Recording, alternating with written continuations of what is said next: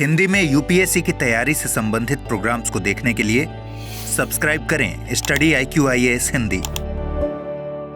नमस्कार, study IQ में स्वागत है आपका। मैं हूं अमृत उपाध्याय। देखिए, जब 2022 में राजपथ का नाम कर्तव्य पथ किया गया था, उस समय से धीरे धीरे बहुत सारे ऐसे बदलाव किए जा रहे हैं जिससे कहा जा रहा है कि मेंटल डीकोलोनाइजेशन हो रहा है। यानी मानसिक तौर पर हम लोग उपनिवेश जो हमारे दिमाग में घुसा हुआ है उससे हम बाहर निकल रहे हैं। ये इसी सीरीज के तहत अब जो खबर आई है वो खबर आई है कि एक सीरीज ऑफ चेंज के तहत एक और बड़ा बदलाव किया गया है और लुटियंस जो कि दिल्ली के वास्तुकार कहे जाते हैं, उनकी प्रतिमा की जगह अब राष्ट्रपति भवन में सी राजगोपालाचारी जी की प्रतिमा का अनावरण किया है प्रेसिडेंट द्रौपदी मुर्मू ने। तो राजा जी इनको कहते थे प्रेम से, बहुत लोकप्रिय थे राजा जी के नाम से। तो हम इस वीडियो में देखेंगे कि क्या क्या बदलाव हुए हैं और दूसरी बात, राजगोपालाचारी जी के बारे में क्या चीजें आपको एग्जाम के लिहाज से जाननी चाहिए। आइए, मानसिक गुलामी से मुक्ति कहा जा रहा है और राष्ट्रपति भवन का नया स्वरूप जिसमें लगातार चेंजेस आते जा रहे हैं। आपको पता है जब मुगल गार्डन का नाम चेंज किया गया था, अमृत उद्यान किया गया था। इस तरह के बहुत सारे बदलाव हुए हैं। तो आइए देखते हैं क्या क्या चेंजेस हुए हैं। फिलहाल अभी जो बात हुई है 23 फरवरी 2026 को ग्रैंड ओपन सीढ़ियां हैं जो अशोक मंडप के पास हैं। ये राष्ट्रपति द्रौपदी मुर्मू द्वारा यहाँ सी राजगोपालाचारी जी की प्रतिमा का अनावरण हुआ। और पहले यहाँ लुटियंस, एडविन लुटियंस जो कि नई दिल्ली के वास्तुकार थे, उनकी प्रतिमा थी। इनको हटाया गया और रिप्लेस किया गया है सी राजगोपालाचारी जी के प्रतिमा से। ठीक है। जब सी राजगोपालाचारी गवर्नर जनरल बने थे, जो स्वतंत्र हुआ जब देश हमारा, तो पहले भारतीय गवर्नर जनरल यही थे। उन्होंने जब तत्कालीन गवर्नमेंट हाउस में वो प्रवेश उन्होंने किया, तो आने के बाद उन्होंने ब्रिटिश चित्रों को हटवा दिया था और अपने कमरे में रामकृष्ण परमहंस और महात्मा गांधी के चित्र लगाए थे। ये एक संदेश था कि हमें ब्रिटिश उपनिवेश जो हमारे मानसिक रूप से हम जिससे ग्रस्त हैं और लंबे समय तक उनको दिख रहा था कि ये हमारे साथ चलेगा, उसका संदेश था कि उसको दिमाग से हटाना है। हम पूरी तरह से आजाद हैं, सॉवरेन हैं और उस तरीके से ही बिहेव करना है। अब सी राजगोपालाचारी के बारे में आपको थोड़ा जानना चाहिए। उन्हें राजा जी कहा जाता था प्यार से।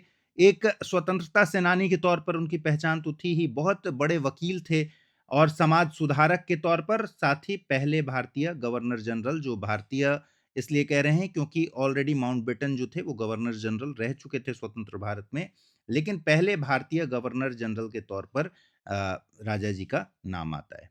अब प्रारंभिक जीवन की बात करेंगे तो 10 दिसंबर 1878 को जन्म हुआ था इनका। कहां पर? मद्रास प्रांत में।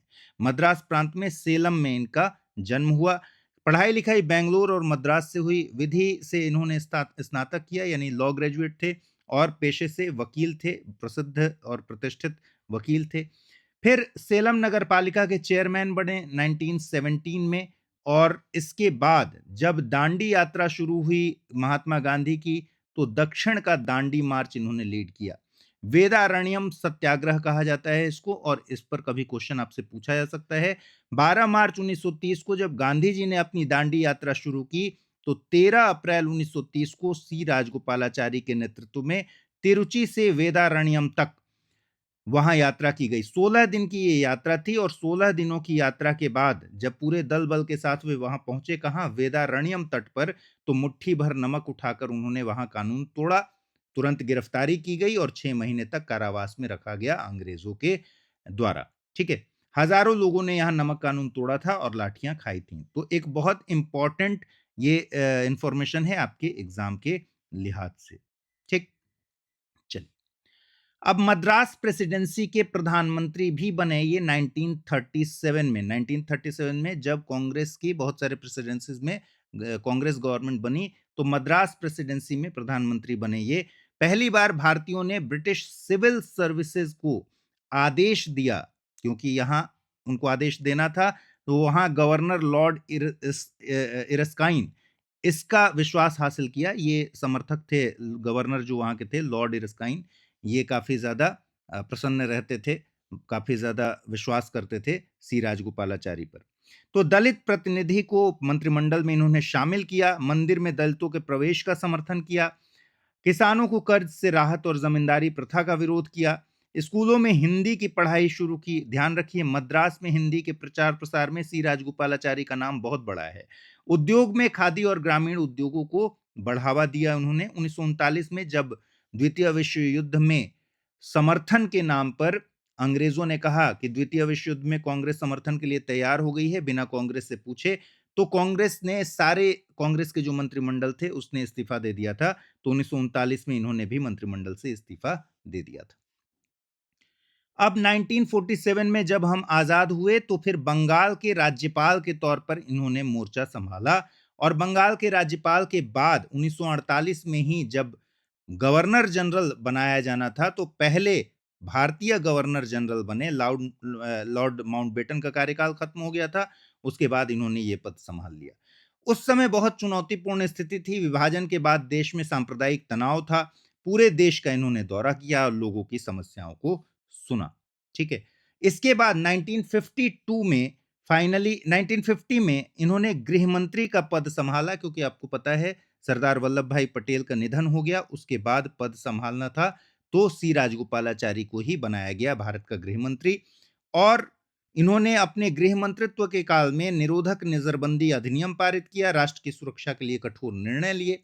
फिर मद्रास के मुख्यमंत्री के तौर पर 1952 से लेकर 1954 तक इन्होंने सर्व किया, और फिर अल्टीमेटली 1954 में सर्वोच्च सम्मान जो भारत का है, भारत रत्न, वो प्राप्त करने वाले जो पहले 3 व्यक्ति थे उनमें एक सी राजगोपालाचारी थे। सी राजगोपालाचारी के अलावा डॉक्टर सर्वपल्ली राधाकृष्णन और सीवी रमन, इन लोगों को भी मिला था। तो पहले जो 3 व्यक्ति थे, 1954 से ही भारत रत्न की शुरुआत हुई थी, उनमें सी राजगोपालाचारी भी थे। चलिए, अब उसके बाद 1959 में विपक्ष की आवाज के तौर पर इन्होंने अपनी पार्टी की स्थापना की थी, स्वतंत्र पार्टी। तो स्वतंत्र पार्टी से भी कभी आपसे सवाल पूछा जा सकता है, स्वतंत्र पार्टी की स्थापना किसने की थी? राजा जी ने की थी। तो विभिन्न प्रकार के नियंत्रणों से राष्ट्र पर प्रतिकूल प्रभाव पड़ता है। विचारधारा इनका जो था वो कांग्रेस के लाइसेंस राज का इन्होंने इस दौरान विरोध किया। बाजार आर्थिक आधारित जो मार्केट इकोनॉमी है इसका समर्थन किया। खाद्यान्नों को नियंत्रण मुक्त करना, ये सब इनकी प्रमुख डिमांड्स थीं। लोकतंत्र के लिए एक मजबूत विपक्ष के तौर पर ये सामने आए। ठीक है। 25 दिसंबर 1972 को 93 वर्ष की आयु में इनका निधन हो गया और एक युग का अंत हो गया। आगे बढ़ें और मैं बताऊं कि कौन कौन से बदलाव इस बीच में हुए हैं राष्ट्रपति भवन में या फिर बाकी जगहों पर। उससे पहले मैं आपको बता दूं कि स्टडी आईक्यू का पावर प्ले सेल चल रहा है, जिसमें आप फ्लैट 50% छूट का फायदा उठा सकते हैं। अमृत लाइव कोड यूज करेंगे तो 12,999 रुपए से कोर्सेज आपको मिल जाएंगे। इंग्लिश, हिंदी और इंग्लिश तीनों ही भाषा में 2027-28 के लिए अगर आपको एडमिशन लेना है यूपीएससी के फाउंडेशन बैच में, इसी वीडियो के डिस्क्रिप्शन बॉक्स में जाइएगा, एक लिंक है, उस पर क्लिक कीजिए, पढ़िए और वहां से एडमिशन ले सकते हैं। अब आइए एक बदलाव की पूरी श्रृंखला को अगर देखें, यानी औपनिवेशिक निशानों को मिटाने और भारतीय विरासत को अपनाने की ये यात्रा पिछले कुछ वर्षों में जो शुरू हुई है, उसमें कई बदलाव हुए हैं जिनका उद्देश्य ही है औपनिवेशिक मानसिकता से मुक्ति और भारतीय संस्कृति का सम्मान। जैसे ग्रंथ कुटीर, जो राष्ट्रपति भवन के लाइब्रेरी का नाम है, यहां से लॉर्ड कर्जन के भाषण और विलियम होगार्थ की कृतियों को हटाया गया और वेद, पुराण, उपनिषद, 11 शास्त्रीय भाषाओं में 2300 प्राचीन पांडुलिपियां यहां पर रखी गई हैं। 23 जनवरी 2026 को पुराना पुस्तकालय ग्रंथ कुटीर बना, जो भारतीय ज्ञान परंपरा को समर्पित है। ठीक है। इसके बाद परमवीर दीर्घा बनाया गया है नायकों को, जो ब्रिटिश एडीसी, एडीसी का मतलब हुआ ब्रिटिश जो मिलिट्री के सर्वोच्च रैंक वाले अधिकारी थे, उनके चित्रों को हटाया गया और देश के जो सर्वोच्च सैन्य सम्मान है परमवीर चक्र, उनसे सम्मानित 21 नायकों के चित्र लगाए गए। इसी तरह दरबार हॉल का नाम चेंज करके गणतंत्र मंडप किया गया, जहां राष्ट्रीय पुरस्कार समारोह होते हैं। इसी तरह अशोक हॉल का नाम चेंज करके अशोक मंडप किया गया, जहां विशेष आयोजन किए जाते हैं। ये सारे बदलाव इस बीच में हुए हैं। इस आपको पता है एक बहुत महत्वपूर्ण बदलाव, मुगल गार्डन, जिसको पहले मुगल गार्डन कहते थे, अब जनवरी 2024 के बाद से इसका नाम अमृत उद्यान कर दिया गया है। ये आपको जरूर पता होगा। और 2022 में जब कर्तव्य पथ नाम दिया गया, राजपथ का नाम चेंज करके, तब से कहा जा रहा है कि ये पहला बड़ा संकेत था कि अब औपनिवेशिक मानसिकता को मिटाना है और भारतीय विरासत को आगे रखना है। ये सारे बदलाव हुए। तो अगर एक बार देखें हम, 2022 में राजपथ कर्तव्य पथ बन गया, फिर 2024 में मुगल गार्डन को अमृत उद्यान कर दिया गया। 2025 में दरबार और अशोक हॉल का नामकरण चेंज किया गया और ग्रंथ कुटीर और परमवीर दीर्घा जनवरी 2026 में इनको स्टैब्लिश किया गया और लुटियंस की जगह राजा जी की प्रतिमा का अनावरण हुआ है फरवरी 2026 में। ये पूरी टाइमलाइन है जो चेंजेस हो रहे हैं उसके लिए।